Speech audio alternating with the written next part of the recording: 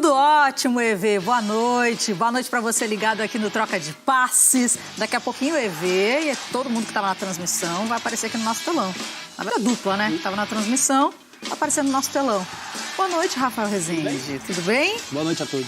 Vamos partir aqui para o telão para colocar também o Roque Júnior. Seja bem-vindo novamente ao Troca. Karine, boa noite, Rafa. Boa noite a todos. Vamos que vamos, hein? Noite com o Paulistão. São Paulo venceu por 2-0 o Santo André com um passe. Olha que passe aquele do Daniel Alves, hein? Não dá para bobear, não, hein? Não dá para deixar ele pensar, porque o cara, como disse aqui o nosso editor-chefe Sardinha, o cara é muito inteligente. Com o Daniel Alves tem que estar pressionando a bola o tempo todo. Um molezinho, uma troca, né? Ele faz o corte saindo do canto do campo ali, meio desinteressado. Ah, beleza, vou deixar para o volante ali por dentro. Só no intervalo ele acha um tapa daquele. Um abraço, né? Um abraço total. E o Palmeiras conseguiu perder para o Guarani 2-1. Não, perder não, virou. Perdão. Venceu 2-1. Eu que vi, ao contrário aqui. É porque o Guarani, na verdade, saiu na frente. Sim. Mas o Palmeiras conseguiu sim vencer, virou. A gente vai falar desses dois jogos. Vou passar aqui para o Roque também para ouvir o destaque dele envolvendo o Campeonato Paulista, já que agora sextou com o futebol, né? O destaque é para o Palmeiras. O Palmeiras teve uma maratona de jogos, né? Mas conseguiu vencer. Era importante vencer. Melhorou, principalmente no segundo tempo. Mas eu acho que o importante mesmo era vencer o jogo. Temos a cabine já pronta com Everaldo Marques, Caio Ribeiro, é isso, doutor Sardinha? Eba! Sejam bem-vindos aqui ao lado do Roque Júnior. Eu sou craque nesse telão. Agora para completar o Caio. Olha só, gente, que isso! Poxa, sejam bem-vindos. Vamos falar então mais dessa vitória do São Paulo por 2-0, mas que o São Paulo não mostrou, pelo menos na primeira etapa, quando eu estava ali assistindo, depois a gente vai para o camarim, assiste o segundo tempo, mas no primeiro tempo, pelo que eu vi, não foi aquele São Paulo das últimas 4 vitórias. Boa noite. Boa noite, Karine. Um abraço para você, para o Rafa, para o Roque, para todo mundo que está ligado no Troca de Passes. O São Paulo fez várias alterações, né? Inclusive na sua escalação em relação ao time que é considerado titular, porque o São Paulo vive uma maratona, né? Hoje é o 14º dia de uma maratona que começou sábado de 2 semanas atrás, com 6 jogos, 5 pelo Campeonato Paulista e 1 pela Libertadores e 6 vitórias para o São Paulo. Então, com essa maratona, Caio Ribeiro, acontece o rodízio de jogadores, uma oscilação até é normal, mas quando os resultados vêm, a coisa é mais tranquila. E não é que o São Paulo jogou mal, o São Paulo jogou bem contra o Santo André, mas o Santo André foi um adversário de valor para o Tricolor hoje, hein? Boa noite. Boa noite. Um abraço ao Roque, ao Rafa, à Karine, um beijo. Eu acho que o São Paulo está vivendo um grande momento dentro da competição, dentro da temporada, porque é o time de melhor campanha no Campeonato Paulista, 22 pontos, praticamente garantida a classificação, estreou com uma grande partida contra o Sporting Cristal na Libertadores. E aí, quando você tem, e você já citava isso também durante a transmissão, uma maratona de jogos, jogando quarta, sexta, domingo, você perde um pouco de intensidade. É natural que você perca um pouquinho de ritmo. E seria muito cruel da nossa parte, como comentaristas, você exigir o mesmo nível de atuação quando você tem pouco tempo de descanso. O que vale é a ideia de jogo. São Paulo já tem uma cara. É um time que joga com 3 zagueiros, que marca muito forte lá na frente, que tem muito mais consistência defensiva, sem perder a qualidade, né? Um time que continua criando, tem o melhor ataque da competição, então realmente anima. Não tem nada decidido, muita coisa pela frente, mas o início de trabalho do Crespo até aqui, eu acho que faz o torcedor são paulino sonhar alto para a temporada. A gente falava isso até no nosso pré-jogo aqui no Sport TV, antes da bola rolar também com o Alexandre Losetti, e hoje nós vimos mais uma vez como o São Paulo tem elenco, né? Não só um time, porque a equipe do ano passado, que disputou o título brasileiro, uma peça... O Luciano machucou. Nossa, foi um sacrifício para o São Paulo, né? Aí saiu o Brenner, a gente não teve reposição à altura. Uma peça daquele time base que saísse, o São Paulo sofreria demais. Em 2021, tem mais peças, roda o elenco e o nível de qualidade se mantém lá em cima. É isso, por isso que o São Paulo tende a ser extremamente competitivo. O Rafa também fala bastante disso no Troca e a gente sempre chama atenção. Como é que você quer usar a sua base? Você usa por convicção ou você usa por necessidade?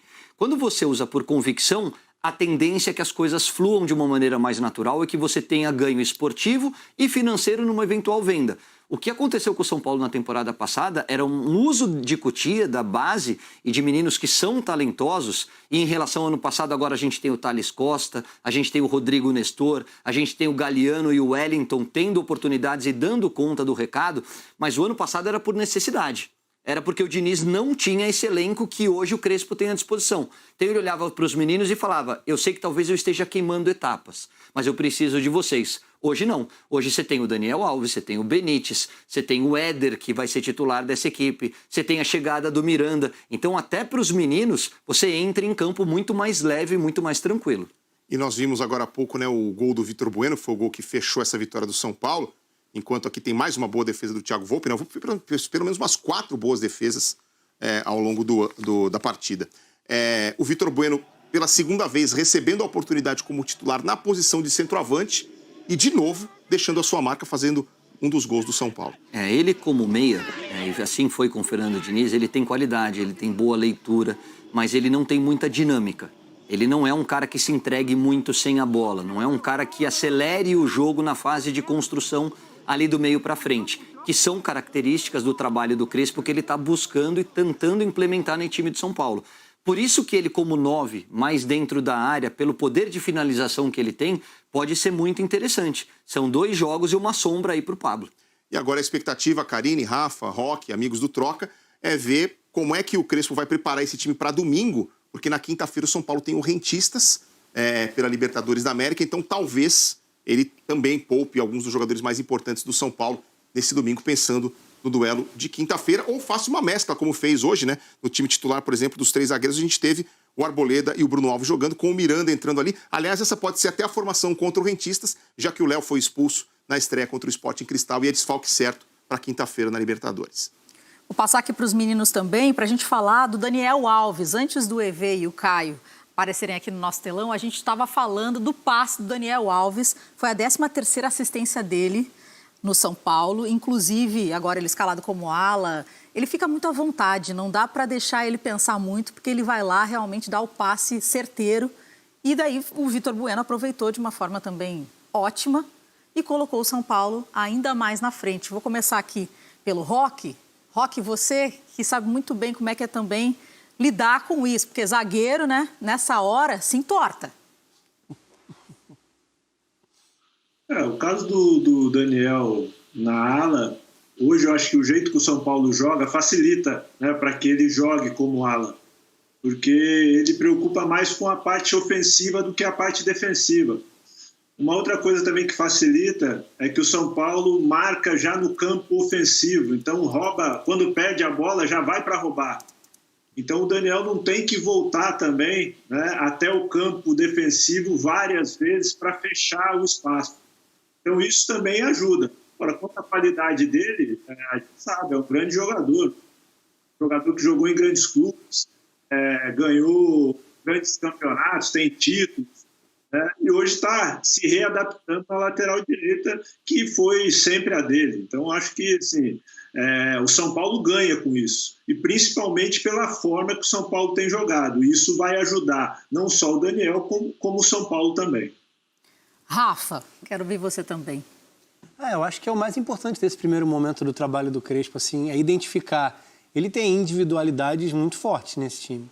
E é identificar quem casa com cada função que ele imagina para a equipe, né? Nem vai fazer um time só baseado no lado coletivo se os atletas não derem uma resposta em cada função que ele imagina, nem adianta acumular os 11 melhores jogadores do elenco sem que eles desempenhem as funções que o Crespo imagina para o que é o coletivo da equipe. Uma coisa casa com a outra, obviamente. E eu acho que o Daniel, foi o que você falou, ele se sente muito confortável ali. É menos agressivo para ele do que jogar numa linha de 4, o tempo todo tendo que recompor numa base um pouco mais baixa, né? Sem ser tão agressivo. Passa pelo que o Roque falou, o modelo é extremamente ofensivo, então o São Paulo tende a pressionar, a buscar um pé de pressiona próximo ao setor da bola quando desperdiça a posse, correndo quase que para frente e não recompondo atrás da linha da bola o tempo todo. Então essa agressividade do jogo do São Paulo auxilia que ele também percorra menores distâncias, jogando como ala.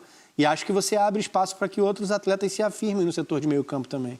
Porque se ele fosse competir ali, você estaria falando do Igor Vinícius ou do Orejuela no lado direito. E o São Paulo está muito bem servido nesse setor. Mas eu acho que é até uma questão entre identificar o que são as lacunas no elenco ou no time titular e o que cada um pode render em cada função. O Daniel é mais cerebral que as outras duas opções de ala lateral que o São Paulo tem. Isso é indiscutível. E acho que, num primeiro momento, ele sai na frente muito porque a equipe passa a ter mais um construtor, mais um organizador, mesmo partindo da ala. E foi o que a gente viu mais uma vez no jogo hoje. Verdade. EV, passa a bola aí pro Caio também, para ele dar um pitaco, porque, olha, vou falar para você, hein?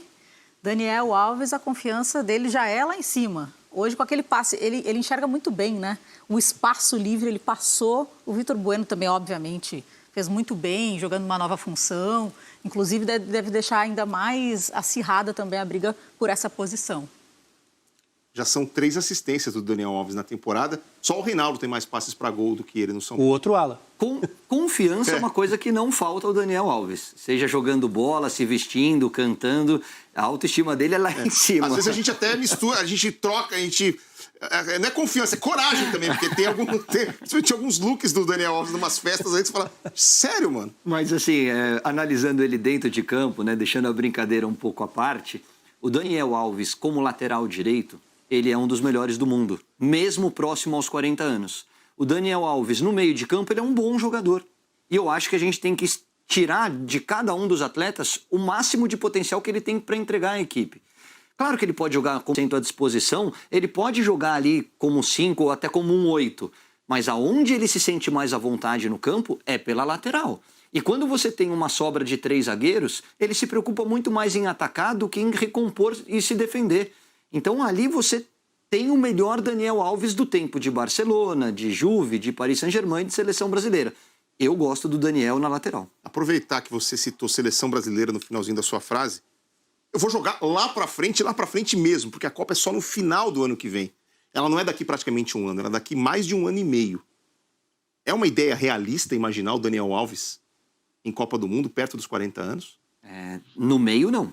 Se ele resolver jogar como meia, eu acho que ele tá descartado. Não, na lateral. Na lateral, aí tem uma coisa que o Roque estava tocando nesse assunto e que a gente tem que analisar com um pouquinho mais de frieza, que é o Tite joga com uma linha de 4 defensiva. E aí você tem obrigações muito mais defensivas do que na construção do meio para frente.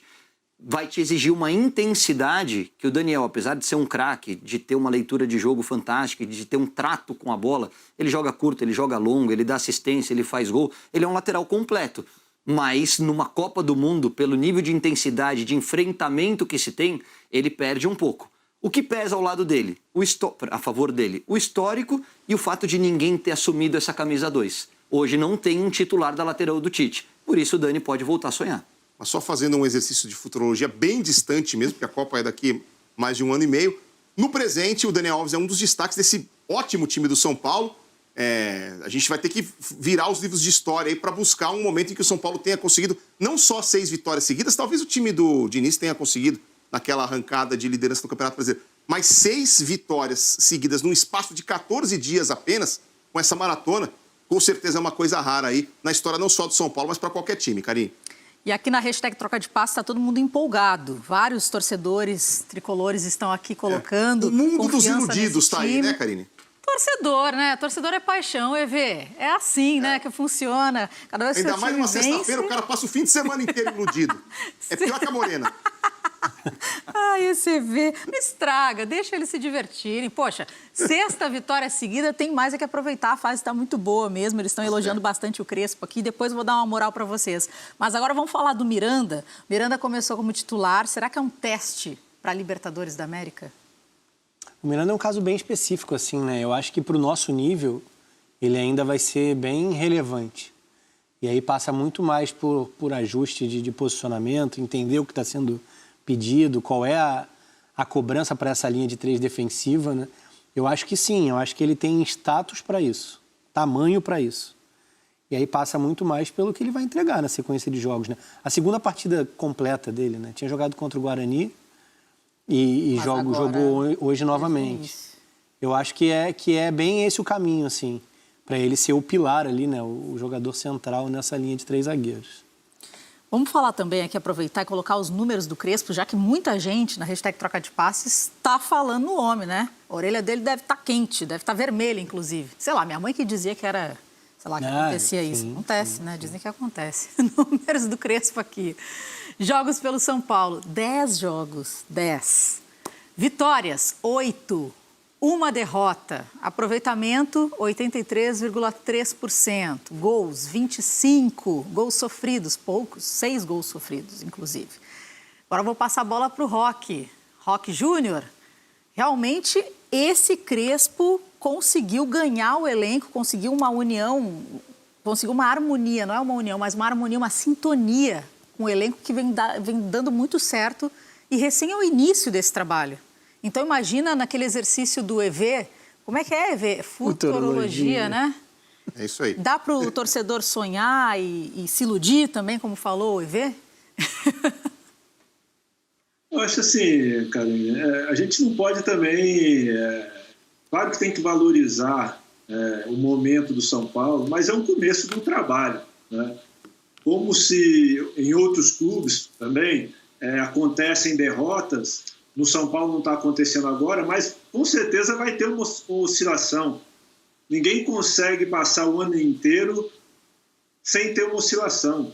Então, assim, é um bom começo de trabalho? Sim, é um bom começo de trabalho. Mas vamos dar tempos para isso também, né? Para que a gente veja aí realmente esse crescimento ao longo das competições também mais importantes, né? Você tem o Brasileiro, vai ter a Libertadores. Então, assim, acho um bom início por tudo que aconteceu também no São Paulo, né? O texto chega, a questão da língua, da comunicação, a questão dos jogadores que estão chegando, os novos jogadores.